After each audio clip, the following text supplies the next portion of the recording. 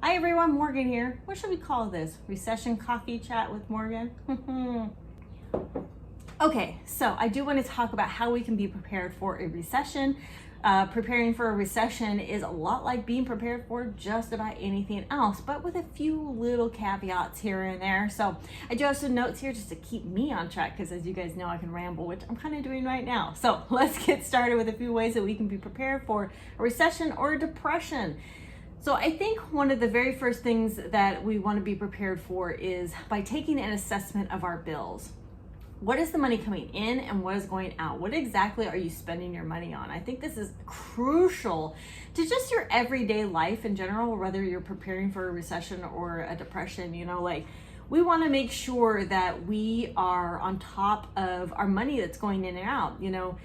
There's absolutely nothing wrong with wanting to go get a coffee every day, that's boosting the economy. There's nothing wrong with these things, you want to spend your money however you want to spend it. I'm not here to judge you.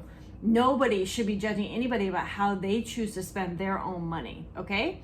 You want to make sure that you're going to be putting yourself in the best position possible with the money coming in and out. So just take a hard assessment, like go to your bank account, or take an actual tally. Like every time you spend money on something, just write it in a book.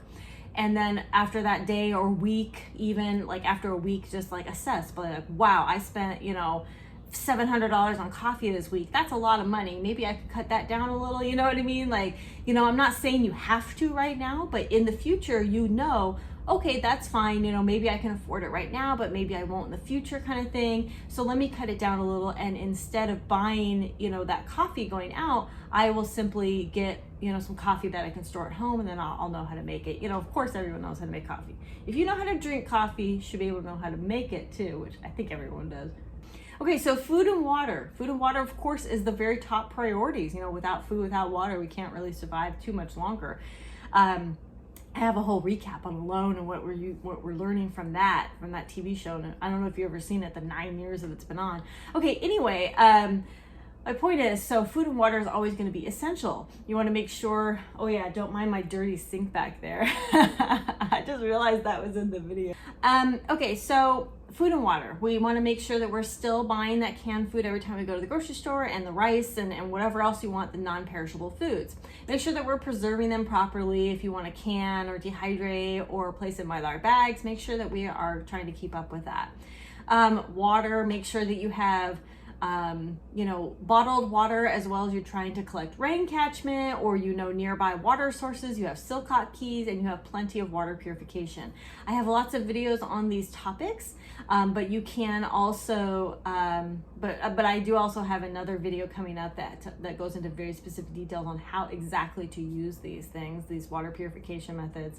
But I do have rainwater collection videos and things like that. So but yeah, just continue to stock up on that food and water little by little. You're not too late. It's still plenty of time. Just keep stocking up. There's still lots of cheap food options and water out there. Okay, so community.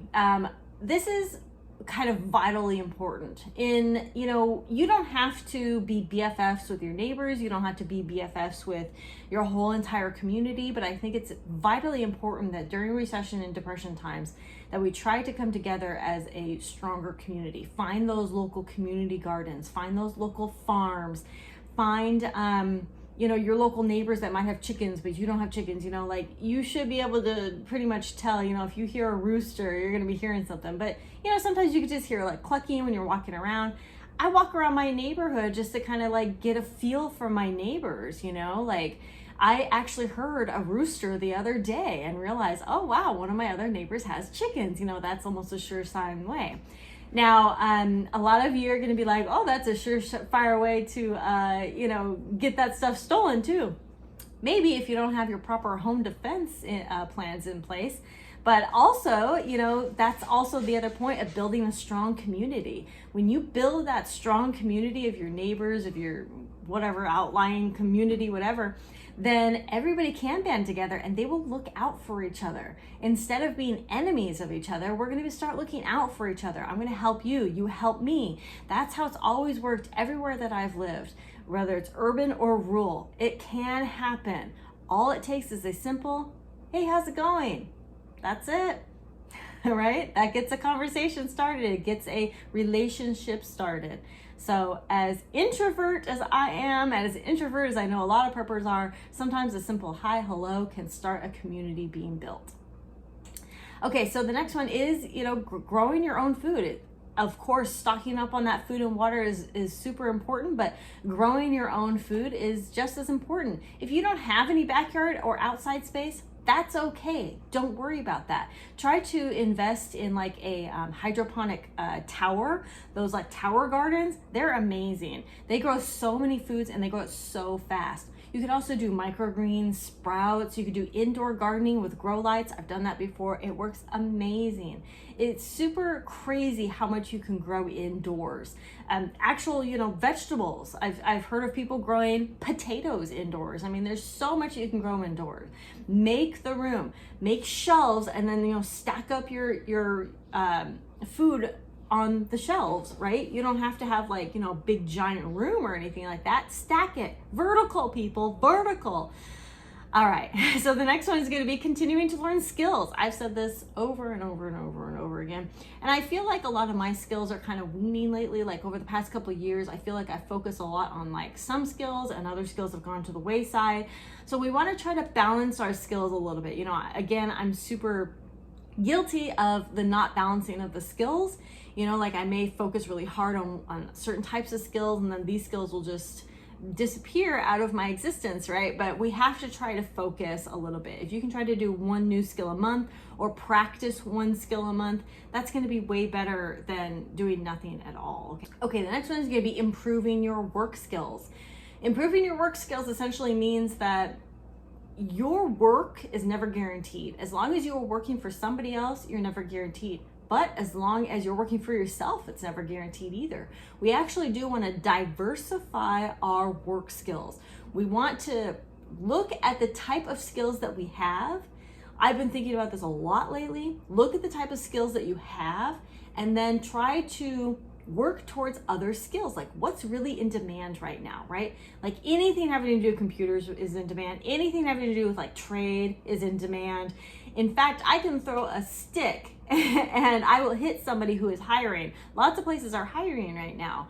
That could definitely change though in the future, but you want to diversify your skills and try to find, what are you really good at? Could you make things, that people might need? Could you tutor people? Are you, really good at math? Do you have some sort of degrees in math or teaching or anything like that? I taught, there's lots of places to teach. I taught in China for a while is what I was going to say. I taught English. I got my teaching as a second language certificate and I taught over there and I could still do that today. So there's a lot of things that we can do to look into, maybe getting certified in certain things so that we can expand our skill set and be better assets. But of course, that physical labor and stuff like that, I think it really comes in handy during recession and depression times, fixing things, labor, things like that. And some of that does take a little bit of skill, especially physical skill, mental skill, being able to handle that kind of stuff. So expand your work skill sets. Next one's going to be entertainment. So if you look at a lot of depression sites, things that talk about, the Great Depression, a lot of, they wanted things to get off their mind, of the state of the world. So they would do these little entertainment. They would have all these really creative entertainment ideas, and I'm showing some on the screen here, but just really, they would still go to movies.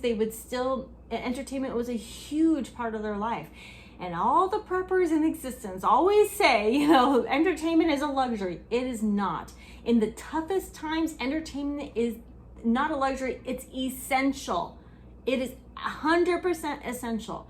You need that entertainment just to kind of keep you going, to keep your morale up. So think of ways not only at home, but of ways that you may be able to reach out to your community to, get that entertainment needs. Recently, I've discovered that there's a free movie nights that are going on in our city, which is so cool. Go to that free movie night, see a movie with your family. How fun, right? Okay, so the next one is a little ambiguous, I think, but find alternative ways of doing things. Mainly, we want to try to focus on DIYing a lot of stuff, there's nothing wrong with buying things, you know, but like if you really needed something, like I am in the process of trying to think of some type of oven that I can make. Well, a mud oven is like a really effective way to doing it, of baking things, and it's outdoors, which is another bonus. You know, since I have an electric stove, I want to look into making, you know, something outdoors. A mud oven might be exactly the answer for me, and it's super easy to DIY yourself. So try to look at those alternative ways. That's what I mean. Like what are you using every single day that maybe you can find an alternative way of doing something? Could you make a solar oven to, you know, cook outdoors? Could you make a solar dehydrator to dehydrate some food and things? Could you can outdoors on your propane stove? Yes, you can. You know, how maybe you could start cooking over a fire. These are all alternative ways of thinking. You know, like how can we maybe learn live with a little bit of less of things, that kind of thing. So just alternative ways, not a lesser life, not a more life that you're struggling, but just different ways of doing things. All right, and the last one is going to be trying to save a little bit of money and getting out of debt. Every single time I talk about this, people are always like very against my ideas of trying to save money and getting out of debt. The thing is, during a recession and depression, you think that, you know, all your debt's just gonna like magically go away. It's not. The banks are actually gonna be coming at you harder. And you can say screw the banks all you want, but you know, it's not just, oh well, I just won't pay it. Fine, don't pay it. But they're gonna be hounding you, okay? They're gonna be sending you mail, they're gonna be calling you, they're gonna be doing whatever they can to get at you, right? And quite frankly, I don't need that stress. I don't need anything being hung over me that I owe somebody. Now I get that there are always circumstances, maybe you have medical bills and things like that, that you literally cannot pay off because medical bills are freaking insane, right? They are crazy expensive. But we can also understand that our debt can be crippling to us just in an everyday life. You know, instead of buying something that you may want, you're just paying off debt, right? So I will say that we were in extreme debt lately. Over the past couple years, we accrued a lot of debt. We had no debt going in, you know, when we went full-time RVing, and then we accrued so much debt over the past couple years. You know, building homesteads is can get expensive, and you know, we just kind of went a little overboard in a couple places, but we were in extreme debt. And we were able to pay it all off, and it's just this huge weight off our shoulders. But not only that, we have so much more disposable income now. You know, we can be a one income family now, you know, because we got rid of all that debt. There's just no reason to be, you know, full of stress, you know, with debt, unless it's like a mortgage or a car, which are kind of like expected debts, you know what I mean? And they're not like credit card debts. These are the type of debts that I'm talking about. If you're gonna have a credit card, get one with really good cash back and only use it to get that cash back, and then you know, pay it off immediately. So you're only putting things on the card in which you already have that cash for. So like, you know, put it on the card, get that cash back, and then you pay for it, you know, like a week later. So you get that cash back, but you know, you're not in debt. But you know, you're keeping your credit rolling and all that. So, all right, the last one I want to talk about is making sure that your mind and your body are ready for this. So I think recessions and depressions are just really hard. You know, they are mentally. That's why I was talking about the entertainment and trying to simplify your life a little bit, you know, with the taking an assessment of your bills and all that. You know, sometimes we may realize that we want to downsize, you know, that's going to be the type of life that's not going to cause us so much stress, or maybe, you know, being closer to family or whatever is going to help you. But our mental and physical well-beings can take a huge hit when it comes to really hard times. So in hard times, we want to try to, or before hard times, not in hard times, but way before hard times, we need to make sure that we are, you know, strengthening our mindset and, you know, making a strong mind and a strong physical body. If you have a strong mind and a strong body, you can get through almost anything, you know. Anyway, thank you all so much for watching. These are just my ideas. I'm sorry this is a lot longer than I normally make. I hope you guys have been listening to this somewhere.